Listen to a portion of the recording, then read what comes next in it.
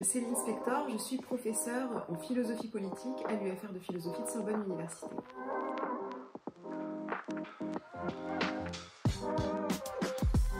Alors, on pourrait penser que démocratie et écologie sont incompatibles, ou qu'il y a vraiment une contradiction entre démocratie et écologie, notamment parce que les problèmes écologiques ont des caractéristiques particulières.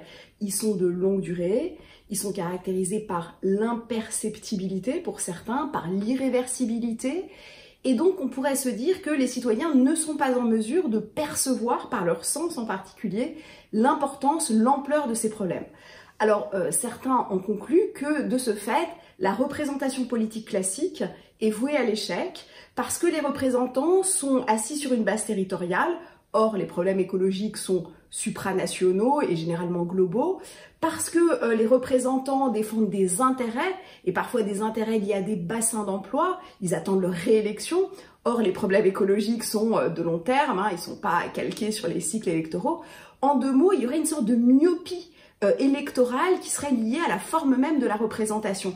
Et c'est la raison pour laquelle, souvent, on dit que les régimes autoritaires, les régimes autocratiques, seraient finalement plus efficaces dans leur manière d'aborder les questions écologiques. Et c'est un peu cette thèse, parfois répandue, que je souhaiterais remettre en question.